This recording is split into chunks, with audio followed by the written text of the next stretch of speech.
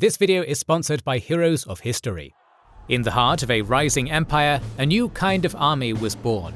Not bound by blood nor by tribe, but by supreme loyalty alone. They were called the Janissaries. Forged from the children of conquered lands and taken far from home, they were reshaped, mind, body and spirit, within the walls of the Sultan's palace. Trained to fight without fear, they were conditioned to obey without question and stand at the very forefront of battle. They marched as one. They fought as one. They became the sharpest edge of the Ottoman sword. Today, in our new series on the history and evolution of the Ottoman military, we will examine the origins of the renowned Janissary military corps, the first standing army in Europe since the time of the ancient Romans. You should also start putting your own elite unit together by playing our sponsor today, Heroes of History. And these aren't any old soldiers we're talking about, it's the heroes of, well, you guessed it, history. Collect over 120 historic characters to use in a variety of battles or bosses, each bringing their own pools of abilities to the battlefield. The best part is the sheer variety of options. From military conquerors like Julius Caesar to brilliant minds like Ada Lovelace, they come with themed abilities and cool designs. This is a history lover's hero collector. Aside from that, you'll also be making a whole kingdom, unlocking new techs and buildings. And while often in games like this, other players can appear and destroy your stuff while you're not playing, Heroes of History protects you while you're offline, so it's much better as a casual game. Right now, there's an ongoing event set in ancient Egypt, where you need to take down Anubis. Play the game during the event to get Tutankhamun on your side, who you can't get any other way. And to win the battle against the god of death, you'd better take all the free stuff in the Anubis Awakens starter pack by using the link in the description or the QR code on screen, and use promo code KINGS to get 10 antimatters, 2000 XP, 20,000 food and 5 duat keys. Download and play today, or you can even play Heroes of History in a browser with no downloads. It's all free either way, so dive in right now. With the creation of the Yaya and Muslim corps, as well as the new provincial Timarlı Sipahis corps, the Ottoman state had taken its first steps in establishing a military that would one day strike fear into the hearts of its enemies. However, the question of a professional standing army, controlled directly by the Sultan, was yet to be addressed. But such an answer was just around the corner in the form of a slave army. During the reign of the second Ottoman ruler, Orhan Gazi, military slaves served as royal guards. However, their numbers were limited, and they did not form a distinct military unit. In fact, they were part of the Sultan's private staff at his capital, called the Nuka. They were composed of distinguished individuals, personally chosen by the Sultan, and they also assumed additional roles, such as messengers, ambassadors, and hound keepers. However, by the 1360s, Ottoman leaders, such as Grand Vizier Chandali Kara Halil Pasha, recognized the need for an elite force for the state, and founded an indigenous slave-based standing army. Known as the Kapıkulu Ocakları, or Hearths of Gate Slaves, this new corps would prove to be the deciding factor for the eventual success of the classical Ottoman army. At the core of this new standing army was the famous sub-unit known as the Janissaries, also referred to as the New Soldiers, which would serve the Ottoman state until the beginning of the 19th century. In 1363, a new Pençik law was introduced, which imposed a tax under which the Sultan could extract 1 out of every 5 slaves captured by his soldiers during military campaigns. Most slaves were Christians captured in the Ottoman conquest of the Byzantine, Bulgarian and Serbian lands in the Balkans. Only physically fit, young slaves were chosen by state officials and trained and organized in special training centers, called the Acemi Ocağı, or Hearth of the Inexperienced. After 2 years of military training, they would then be inducted into the ranks of the Janissary corps. However, by the end of the decade, the training system for such slaves was altered dramatically, which saw young slaves first sent to Turkish farmlands in Anatolia, where they became accustomed to Turkish culture and language, before finally converting to Islam. After this initial period, which lasted around 4 to 8 years, they were taken to the Acemi Ocağı to begin proper military training. Trainees learned to fight as infantry, using various weapons, and obey their superiors' orders without question. They also performed menial tasks, such as firefighting and transporting state goods, but never engaged in craft work. Any Acemi who learned a craft or owned a private business was dismissed from the corps, as their first and only duty to the state was to be the hammer of the Sultan. After 4 to 8 years of training, the Ajemi would be assigned to their regiment within the Janissary Corps. Within only 30 years after the foundation of the Janissary Corps, a new mode of recruitment was introduced, called the Devshirme. The new recruitment method involved the forced conscription of Christian children around the Sultanate, who were used as military slaves after extensive training by the state. This practice was common, as the Seljuks of old previously took children from Christian families for court duties in their capitals. The Ottoman administration continued these practices, integrating them with the well-established military slave system that had been practiced by the Mamluk dynasty of Egypt. Early enlistment aimed to train young recruits, as prisoners or captured slaves were usually adult men, less receptive to military training. Children were seen as more responsive to the training, and their bodies and minds were easily molded to meet the military's needs. As a result, the Janissary Corps was the first standing regular army since the time of the ancient Romans, and thus became a symbol of centralization of the military within the greater Ottoman framework. However, such centralization would be slow, as the ranks of the elite corps numbered only 1,000 to 2,000 men by the end of the 14th century, far from the numbers seen in later centuries. During the early years of the young Ottoman Beylik, the equally young Janissary Corps was not yet armed with the muskets for which they would later become famous. Instead, they were primarily elite infantry archers. Their primary weapon was a powerful composite bow, crafted from horn and wood, designed to deliver rapid, accurate shots from a distance. For close combat, they carried straight or slightly curved swords, such as Kilij or the early Yagatan saber, as well as small hand axes or maces. Long polearms, such as spears, were sometimes used to defend against cavalry. Armor varied depending on rank and wealth. Many wore padded cloth armor, called kazagand, sometimes reinforced with metal plates or mail. Helmets were conical, frequently with a nasal guard, while their distinctive white felt headgear, the burk, served as a symbol of the corps. Shields were small and round, typically made of leather over a wooden frame. In addition to the elite Janissary infantry, the Kapıkulu also included cavalry.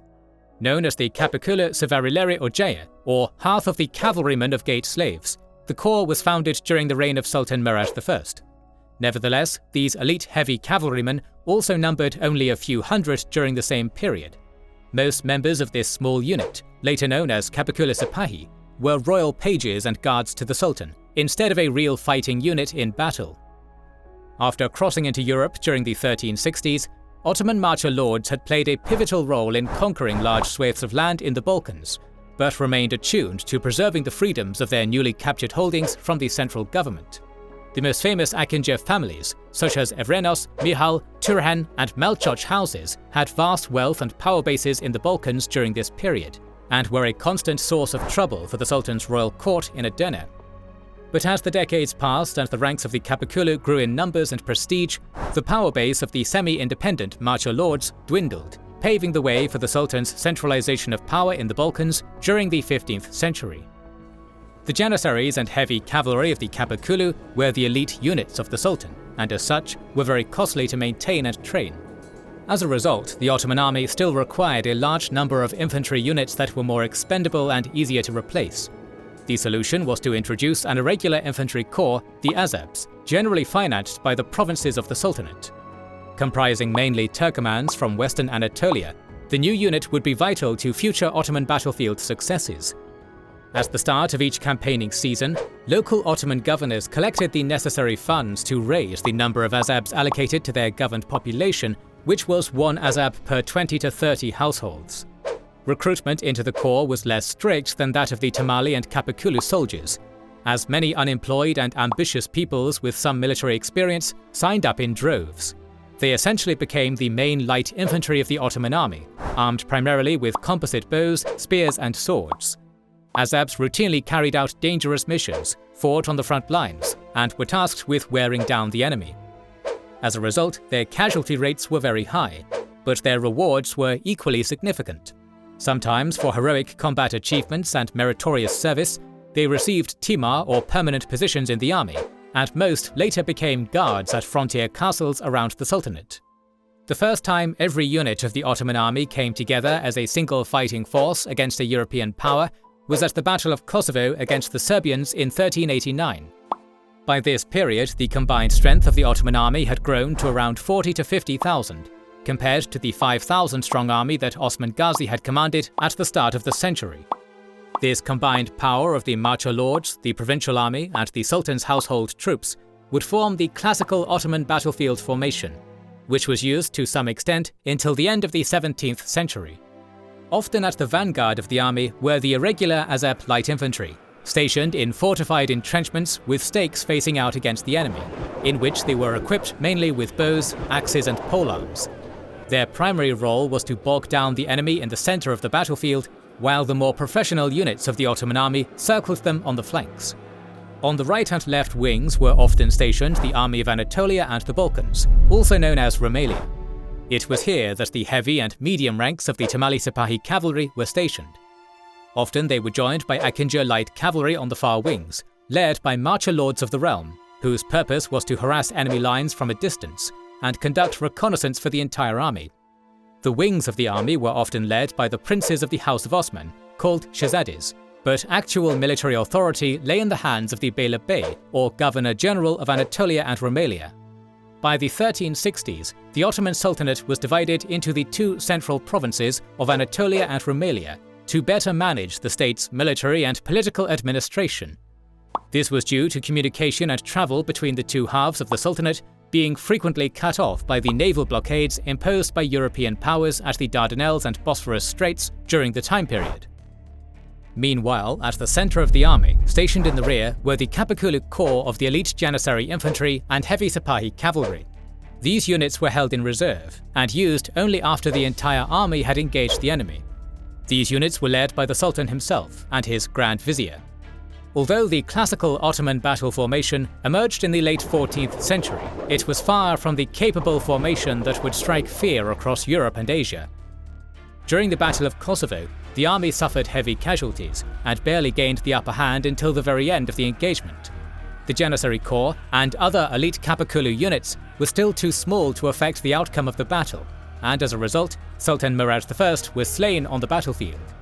The Azabs, with their light armor, were no match against heavily armored Serbian infantry cavalry. The Akıncıs were essentially raiders with limited conventional cavalry capacity, and the Timarlı Sipahis Corps was still in its infancy, with various shortcomings, including maintaining unit cohesion during the heat of battle. It was only the individual maneuvers and actions of the Sultan's son, Shahzada Bayezid, on the right wing that had granted the Ottoman army victory at the end of the day. The bloody lessons of Kosovo were learned by Ottoman leaders 7 years later, when each army corps worked together to crush the Crusader forces of Europe at the Battle of Nicopolis. For the first time, the Janissaries made their presence felt, and influenced the outcome of the entire battle through successful defensive infantry tactics, including the use of sharpened stakes and ditches to annihilate the Crusader heavy cavalry. In a single day, some of the best warriors that Christendom had to offer were slain, and their bodies dumped in the Danube River. During the reign of Bayezid I, the Ottoman state expanded in the Balkans and Anatolia in a series of lightning campaigns over the course of 13 years. During this period, the size of the Kapıkulu corps was increased, thereby alienating many social groups that had been empowered under previous sultans. This, combined with the emergence of a centralized sultanate and increased taxes, alienated the Turkoman marcher lords, who already felt threatened by the growing importance and influence of the Sultan's professional standing army. Many segments of the Anatolian population viewed Bayezid I unfavorably, prompting numerous former Turkoman beys to turn to the mighty Timurid Empire for aid. Timur, a self-established sultan of a significant Central Asian Turkoman state, had recently completed his conquest of Iran and Azerbaijan and had become an Ottoman neighbor by the early 1400s. Eager to gain allies, Timur gladly sought the support and cooperation of the Turkoman beys, whom the Ottoman armies had recently subdued. This alliance was a dangerous development, as Bayezid's excessive arrogance and overconfidence in his military strength made conflict unavoidable. At the Battle of Ankara in 1402, the far more numerous nomadic army of Timur decimated the exhausted and outmaneuvered Ottoman army. During the battle, many Turkoman beys had switched sides to the Timurid ruler, thus resulting in the collapse of Bayezid's wings, which had been pivotal in his previous major victories at Kosovo and Nicopolis. Although the Kapıkulu corps at the center maintained their formation and courageously withstood the increasing attacks, Bayezid refused to withdraw in time and was thus captured by the enemy. The collapse of the Ottoman army at the Battle of Ankara was a result of a clash of interests and divided loyalties within the army, stemming from the rapid military transformation policies of the central state. As a result, the rest of the century would be marked by constant competition between the Devshirme Kapıkulu military and political class stationed across the Balkans and the provincial Turkic military and political class mainly stationed across Anatolia. After the fall of Bayezid, his realm was divided among his sons, and a decade-long civil war ensued. After much heavy fighting, Sultan Mehmed I reunited the realm by 1413, and what followed was a significant restructuring of the military. The 27-year-old Sultan began his reign by reassembling the ranks of his personal council by appointing men to positions of power who had supported his cause during the civil war. The leading groups that benefited from this restructuring in government were the Turkic class, who had long been neglected during the reign of Bayezid, but had since regrouped around the new sultan. It was this same Turkic class that had made up the core of Mehmed's army during the wars of the last decade, and it would be they who were now to play a vital role in his government for the foreseeable future. As a result of these political developments, the formerly influential Kapıkulu and Devshirme classes were reduced in size and sidelined in the new Ottoman administration. Many soldiers in the Balkans who had supported Mehmed's rival claimant in the recent civil war also had their timars seized and redistributed by the state. Lastly, the Sultan refrained from an offensive policy against his neighbours, and the Ottoman military remained focused on internal conflicts, such as suppressing rebellions in the Balkans and Anatolia. However, Mehmed's son and successor, Murad II, immediately ended this appeasement policy and reconquered most of the Anatolian lands lost after the Battle of Ankara.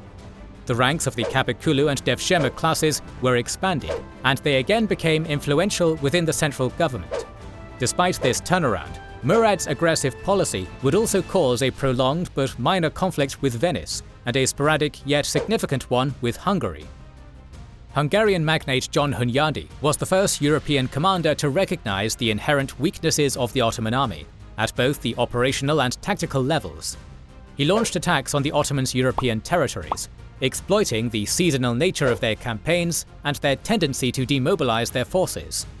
However, he gained his fame by widely employing the Hussite war wagons against Ottoman cavalry charges. These mobile fortresses, built from war wagons and light artillery, proved highly effective against the lightly armored Ottoman cavalry and their arrow volleys. Hunyadi also created a light cavalry corps for the Hungarian army, known as the Hussars, a direct response to the highly mobile Akıncı light horsemen of the Ottoman army, which frequently raided across Eastern Europe. Although Hunyadi had achieved some victories against the Ottomans during the 1430s and 1440s, his first real test against Murad was at the Battle of Varna in 1444. During the fight, both Ottoman wings attacked, but were pushed back by the well-fortified, heavily armed Christian army. However, when the Ottoman hosts began preparing to retreat, the enemy centre pursued. The Polish-Hungarian king, Władysław III, led the charge, which collided directly into Janissaries behind sharpened stakes and ditches. After a hard struggle, the Janissaries succeeded in surrounding the enemy and even killing the king. Following the death of the enemy monarch and the sudden arrival of the Ottoman wings back into the battle, panic and chaos spread through the Christian army. Hunyadi managed to escape, but few of his fellow crusaders did in the bloodbath that followed. The lesson the Hungarian leader learned from his defeat at Varna was that, while the Timarlı Sipahis were relatively easy to dislocate and rout, success on the wings was not enough to break the Ottomans. The battle had to be won in the centre. The opportunity came 4 years later at the Second Battle of Kosovo in 1448.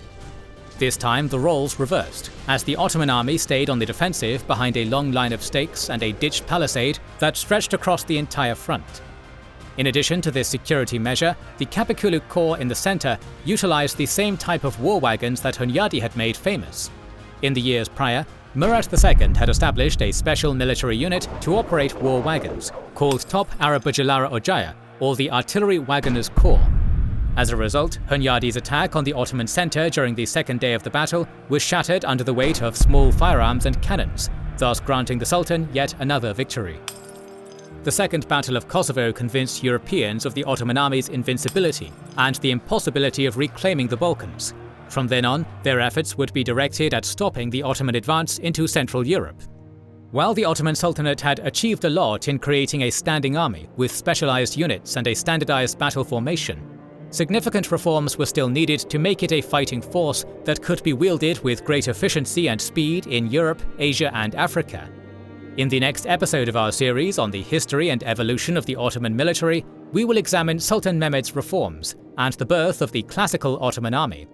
To ensure you don't miss that, double-check that you are subscribed and have pressed the bell button to see it. Please consider liking, subscribing, commenting, and sharing. It helps immensely. Our patrons and YouTube members can watch more than 200 exclusive videos. Join their ranks via the link in the description or by pressing the join button under the video to watch these weekly videos, learn about our schedule, get early access to our videos, access our private Discord, and much more. This is the Kings and Generals channel, and we will catch you on the next one.